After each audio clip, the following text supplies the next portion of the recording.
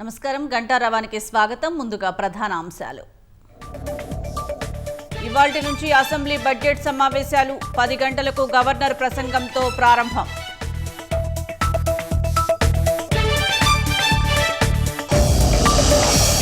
శ్రీకాళహస్తి, కాణిపాకం, ద్వారకా, తిరుమలకు కల్తీ నెయ్యి సరఫరా అభియోగ పత్రంలో సిట్ స్పష్టీకరణ.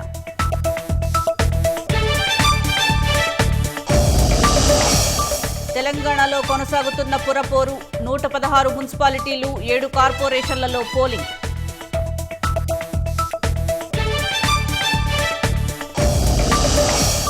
మార్చి 9న ఓం బిర్లాపై అవిశ్వాస తీర్మానంపై చర్చ వెల్లడించిన లోక్సభ సెక్రటేరియట్ వర్గాలు.